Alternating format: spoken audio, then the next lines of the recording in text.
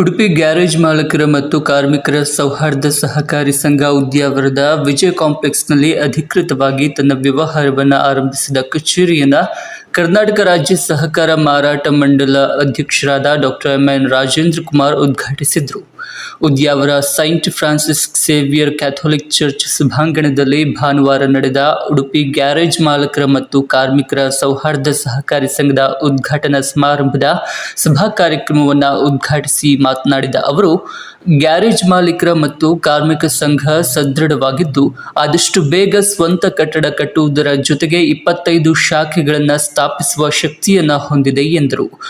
ಸ್ವಂತ ಕಟ್ಟಡ ಹೊಂದಿ ಅದರಲ್ಲಿ ತಮ್ಮ ಕಚೇರಿಯನ್ನು ಇಟ್ಟುಕೊಂಡು ಒಂದು 25 ಶಾಖೆಗಳನ್ನು ನಿಮ್ಮ ಉಡುಪಿ ಜಿಲ್ಲೆಯಲ್ಲಿ ಸ್ಥಾಪಿಸಿ ಎಲ್ಲರಿಗೂ ಸೇವೆ ಕೊಡುವಂತ ಕೆಲಸವನ್ನು ಮಾಡಬೇಕಂತ ದೇವರಲ್ಲಿ. ಉಡುಪಿ ಚಿಕ್ಕಮಗಳೂರು ಸಂಸದ ಕೋಟ ಶ್ರೀನಿವಾಸ್ ಪೂಜಾರಿ ಮಾತನಾಡಿ, ಗ್ರಾಹಕರಿಗೆ ಸಮರ್ಪಣಾ ಮನೋಭಾವದಿಂದ ನಗುಮುಖದ ಸೇವೆಯನ್ನು ನೀಡಿ ವಿಶ್ವಾಸ ನಂಬಿಕೆಯಿಂದ ವ್ಯವಹಾರ ಮಾಡಿಕೊಂಡು ಮುನ್ನಡೆದರೆ ರಾಜ್ಯಕ್ಕೆ ಮಾದರಿ ಸಂಘಟನೆಯಾಗಿ ಬೆಳೆಯಲು ಸಾಧ್ಯವಿದೆ ಎಂದರು. ಈ ಸಂದರ್ಭದಲ್ಲಿ ಶಾಸಕ ಯಶ್ಪಾಲ್ ಸುವರ್ಣ, ಉಡುಪಿ ಗ್ಯಾರೇಜ್ ಮಾಲಕರ ಮತ್ತು ಕಾರ್ಮಿಕರ ಸೌಹಾರ್ದ ಸಹಕಾರಿ ಸಂಘದ ಅಧ್ಯಕ್ಷ ಮಂಜುನಾಥ್ ಮಣಿಪಾಲ ಅಧ್ಯಕ್ಷತೆ ವಹಿಸಿ ಪ್ರಾಸ್ತಾವಿಕ ಮಾತನಾಡಿದರು.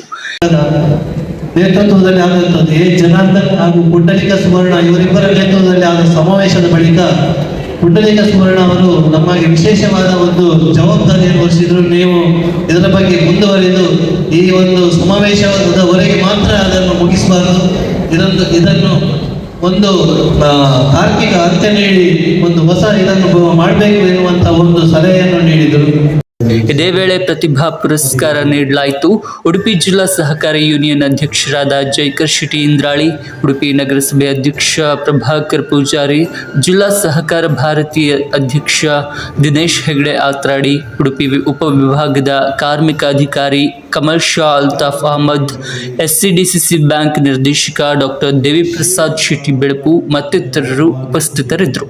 ಪ್ರಶಾಂತ್ ಶೆಟ್ಟಿ ಹಾವಂಜೆ ಕಾರ್ಯಕ್ರಮ ನಿರೂಪಿಸಿದರು.